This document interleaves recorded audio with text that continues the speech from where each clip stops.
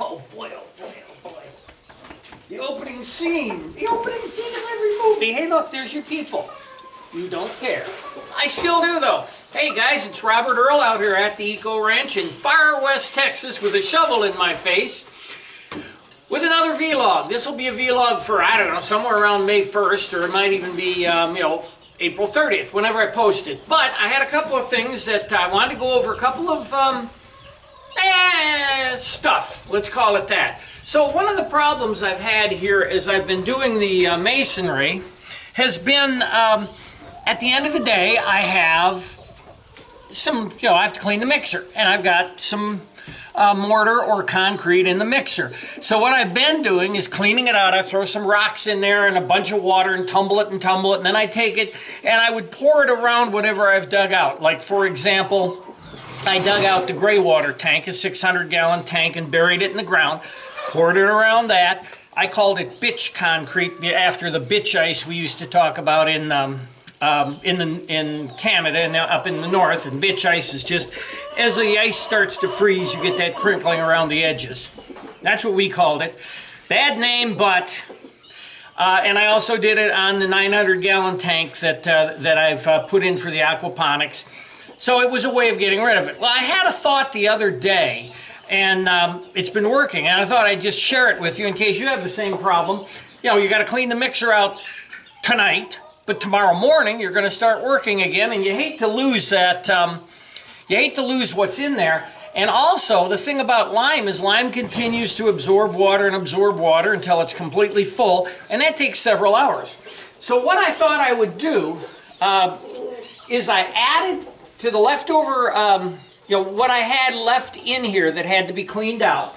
I put the water in, I put lime in, the lime I would need for my first load the next day, tumbled it around, used a lot of water, dumped it in the wheelbarrow, because if it hardens in the wheelbarrow is much easier to clean than this. This takes about 3 hours to clean. Dumped it in the wheelbarrow, and let's see what happens. Well, here's what happened. Come the morning, about 12 hours later, I'm left with this. Well, you can work with this, and there's water in there too. So I just take this and thump it in the mixer. That's right. Thump it in the mixer, and the lime's already absorbed the water. I'm able to work with it. I'm able to work with it real well the next day. I want to walk you over and show you just really what it helped me out with, and I'll talk from behind the camera. So right now we have no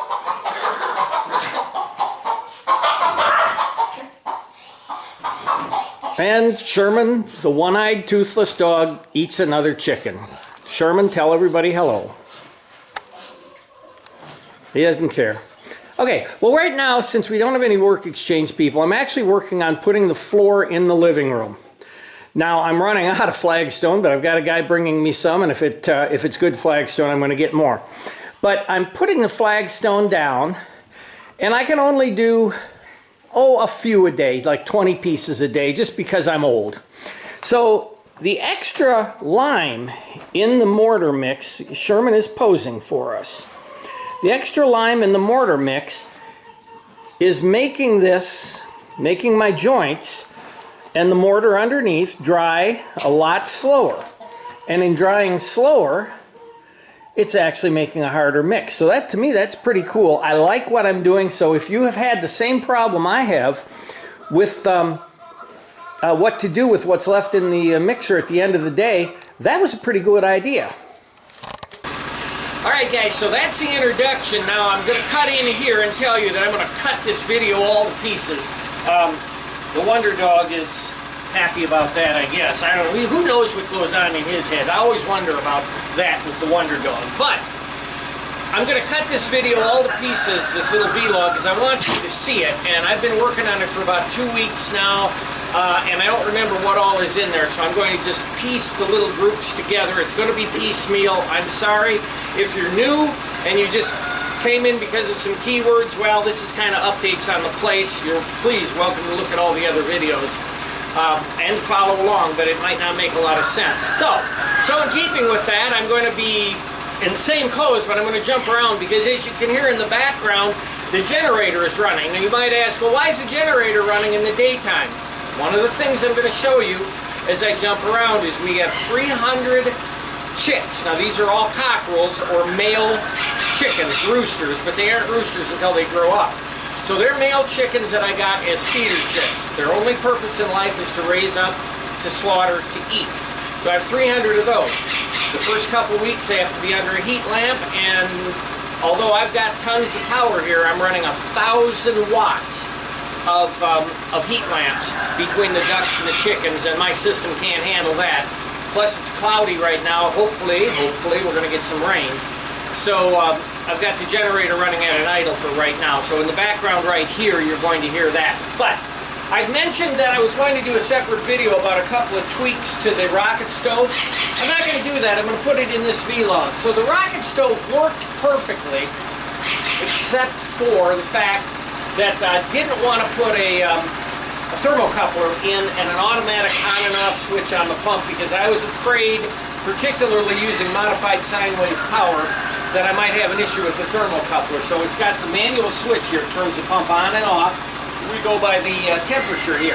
Well, the stove works so well that after it's been running about 2 hours, it builds up so much heat in here that it builds up more heat up top, and I'm getting water coming out at 200 degrees. And if I don't watch carefully, that water jumps up over boiling, and it blew out. I had old PEX here, but it blew out the old PEX, so I've rerun brand new PEX. I got a 125 pound per square inch relief valve, and that pops right at 212 degrees for me, so that's perfect. Of course, for safety's sake, you always run this down. I didn't run it all the way down because it'll be winter time when we're working this also. We might want a cup of tea, so if you want a cup of tea, fill your teacup. So that's why I put that here. And if it pops from overpressure, well, it'll just blow down there, and the odds of one of us being here are very slim. And Debbie jumps back really fast, so I don't have to worry too much about that. So that's the one tweak we had here, and I think that was all. It was only the two tweaks, replacing the PEX line and putting in the valve. So let's go on and look at the chicks, huh? So behind me is the nursery. This was always built to be a nursery, and we're still going to be doing some finishing as we go because the whole compound needs finishing work. But in here are my I'm telling the story. In here are the chicks that we have. We have some ducklings, Muscovy ducklings, and then I've got the chicks. So let me get behind the camera, and I'll show them to you real quick and explain a little bit about what we're doing. And my philosophy on feed is in my animal feed videos. They're way down the list, but go and look at those animal feed videos. They've gotten about 1 million views now, finally, and people in Southeast Asia and 18 countries total using my feed mix successfully. Now these are 3 of the Muscovies that we hatched out earlier, and they got so big that we couldn't keep them inside in the little pen, so they're out here. We're going to add a few more to this, but these guys actually will have to move because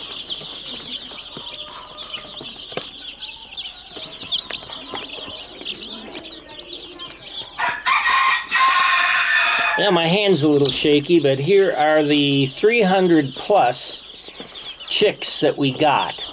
Now I ordered 300, and of course they always throw in a few extra. We ended up with about 320, and we've had, I see one dead here that you guys can't see, but we've had so far 4 have died only. There's 5. I see another one. Now your typical loss is going to be about 10%. So we've lost 5. Which I think that 5 is wonderful. These came from Country Hatchery in Oklahoma. I buy my ducks, my Muscovy ducks, from him. Now we don't need it now because we're breeding Muscovy ducks. But I found that all of a sudden McMurray Hatchery got too big for their britches, and I started getting information from them signed McMurray Hatchery instead of Sarah at McMurray or something like that.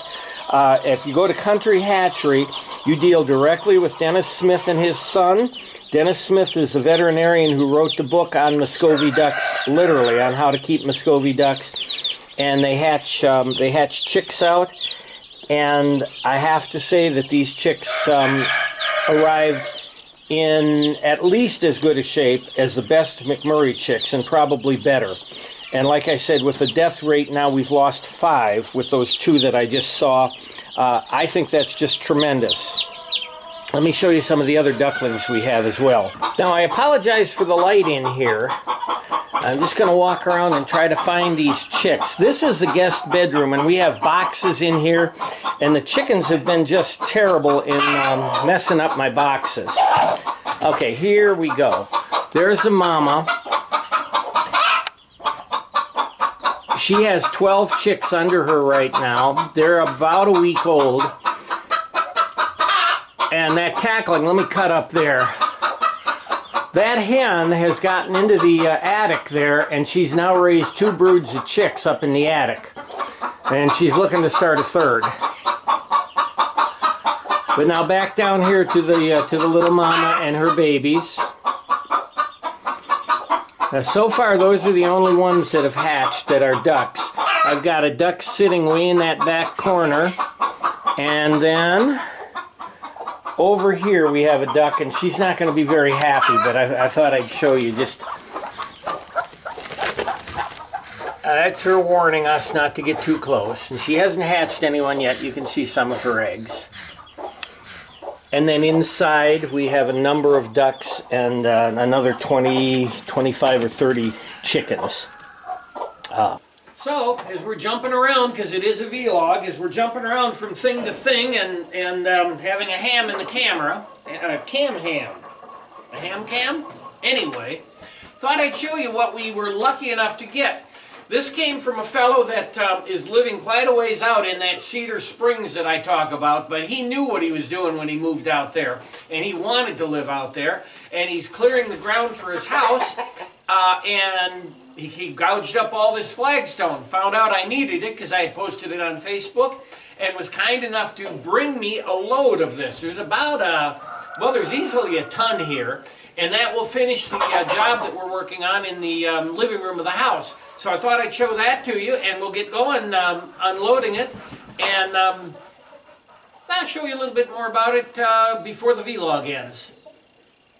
Well, I was going to talk about microgreens a little bit, and I thought, well, it's kind of silly to show you the microgreens without showing you the garden. Now, remember, we are in an extreme drought. They just moved it up to extreme.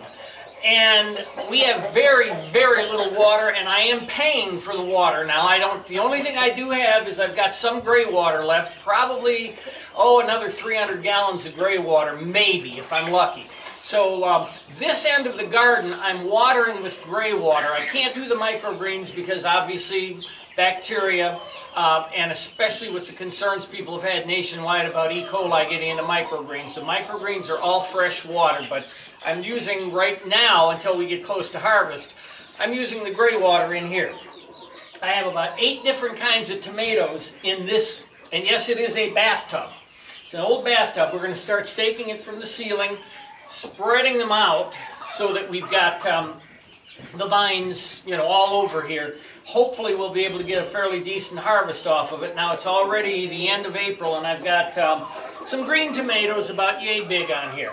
Over here is something I really enjoy growing, and some people have had problems with it. My first harvest was about 6 years ago, and I really had good luck, and that's potatoes. I like potatoes, so every once in a while you get a bag of potatoes. It sprouts, and I just take it and cut the eyes up and put it in here. So I've got about 15 plants in this bathtub. And I'm going to pick it up and get behind the camera and just give you a real quick walk around of what we got here, and then I want to talk about the microgreens a little, because the microgreens are really cool. Not sustainable, but cool. But we'll get into that in a minute. Now in all these containers, you're going to see volunteer daikon radishes coming up. In fact, there's so many daikons here, and the little sparrows have been coming in eating stuff that it's pretty hard to see. But right here, this is a white bitter melon. The typical bitter melons are a yellow color. This is a white one, a white variety. I planted a row of them, but only 2 have come up. I've got some other things in here. One of them was a princess tree, but they've never sprouted for us here. Again, all these are volunteer daikons. I'm just letting them go. This appears to be a tomato. I just noticed that. Huh. Okay, These here are Lakota. I may be mispronouncing that. Lakota melon. It is the melon that they use in northern Mexico. Oh, I think even down to Mexico City. And I said melon, and I meant squash, Lakota squash. They boil it for quite some time in sugar and make a candy out of it. I thought that might be fun to try, because I do like sweet stuff every once in a while. So I thought I'd give this a try. And again, when these come out of the wheelbarrow, it's a dead wheelbarrow. We'll just train them along the ground. Now over here, again, through all those volunteer radishes, there is about 20 little groups of chive. I had chive growing in a little pot, split them all up, and they have pretty much all of them have taken. So we enjoy the chive. We love fresh onion as well, and we have onion growing up front. And then over here, I've got, in the very back is Ogun melon. It's a Turkish melon. It grows real well in the desert. Ogun melon, I dropped, of all things, I dropped one of my moringa seedlings, so I had to plant that here in a hurry. Something's getting ready to pop out of the ground there, but these in here are Pecos melons. It's a cantaloupe that we grow near Pecos, Texas, which is about 140 miles from us. And we call them Pecos melons, but they're cantaloupe. Now here's what I wanted to show everyone, and the sun is getting in the camera, but these are microgreens that are almost ready to harvest. Again, with the drought, we've had a little problems. That's when you see the bare spots there. Now this one I've harvested pretty much, but when you see those bare spots in there, it's because Debbie and I are trying so hard to conserve water, and we've had some little bit of wilting. These are ready to harvest. They're about 3 days beyond harvest right here. But when I say non-sustainable, I have to buy the seeds. The seeds are, you know, they're not pricey, but they're not cheap either. I've just taken the covers off of these. That's why you see the hint of yellow in this grouping here. I've got my moringa trees ready to grow, but see, last night the temperature went to 46 degrees, and moringas don't like that, so I didn't want to plant them. We need to get them planted. And down here, I'm going to pull this out. These are sunflower microgreens. These are actually late. They should have been harvested a few days ago. They'll still be tasty. And the beauty about the sunflower microgreens is you throw them in soups or in a stew, and you can blanch them a little bit, and they still stay nice and crunchy. So you've got that nice crunchy feel, a nice sweet taste to them. What we're growing here, because someone's going to ask, is a mix of daikon radish, because the people in my area like the little bit of heat from the daikon. We have daikon, we have broccoli, and a red kale, and I have forgotten, but I have a red lettuce in here. I don't think the red lettuce actually grew much, because I caught ants harvesting the red lettuce seeds, so I won't reorder them. I've talked about microgreens a couple of times. Microgreens, for me, is a way of generating a little bit more income to help keep the chicken, the poultry operation going. As I said, non-sustainable. I've got to order the seeds. I do order, I order seeds from environmentally conscious growers, or so I think. I don't know if it's a derivative of Monsanto or not, the way they've been hiding stuff. But anyway. So the idea behind my greenhouse, and particularly getting the microgreens growing now, is that I'm able to grow a product that I can sell them for the price of a head of lettuce that's got something like 5 to 7 times the nutritional value and protein in it. It's fresh. It's grown locally. The money that they pay me doesn't go to help fund some guy's retirement. It goes right back into this greenhouse, just like everything. If you send me a donation, which I still need donations, goes right back into building this place. Right now, because of this water, this drought, the focus is going to be on raising money to build my cistern, and I need about $1,500 to $1,800 to do the cistern. So that's going to be my focus.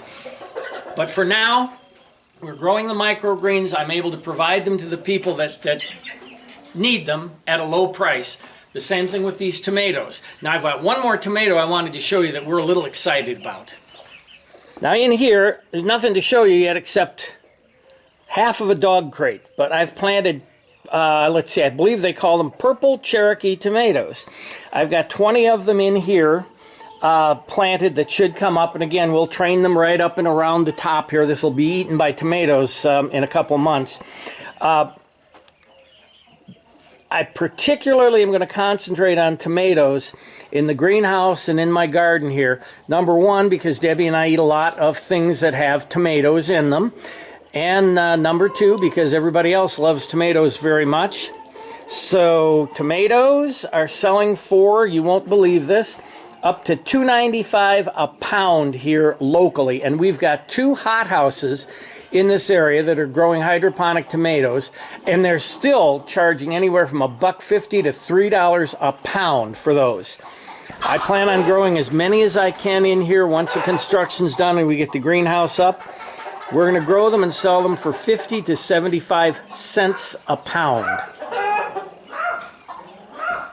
You know, like I always say, if you don't like something, do your very best to change it or mitigate it or do whatever you can to it. Be part of the solution. Don't be part of the problem.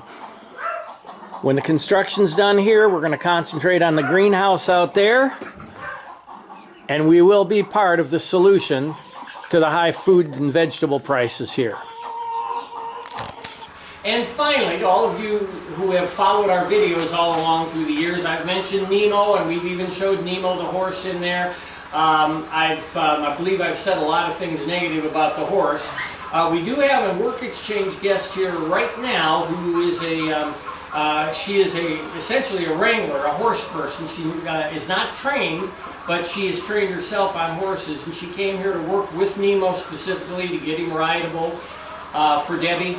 And as we've now found out, I've complained about the cost of the animal, but as we've now found out, he's a very, very well-trained horse. He knew everything they told us about him was in fact true.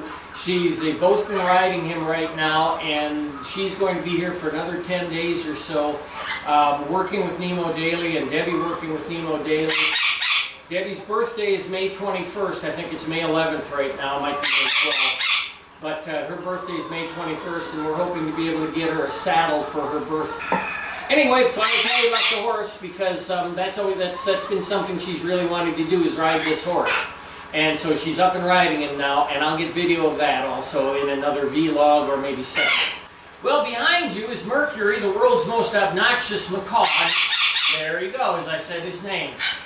What I'm doing here is I am sitting at the very end of our living room here. This living room of the house is 16 feet wide by 32 feet long. It's all flagstone material. It's fairly rustic. Now the house isn't going to be rustic, but we did want this floor to be rustic. It matches the floor in the patio and comes right through. You can see in front of me that I've laid out kind of sort of a rosette of naturally split stones. I'm not cutting these stones to fit in here. This is just the way they fit. I thought it would be kind of cool to kind of center a rosette right over here. The rest of the floor is going to be all flagstone, and that's what I'm working on today, along with a little bit of work on the chicken nursery that I showed you. And that is it for this vlog. Sorry that it's cut and jumped around a bit. Sorry for Mercury, the world's most obnoxious macaw. And from all of us here at the Eco Ranch, I want to wish you a very happy spring. I'll have another vlog and a couple of little short clips out particularly about the commercial chicken. Until next time, it is Rob and Earl out here at the Eco Ranch in Far West Texas saying, we'll see you later.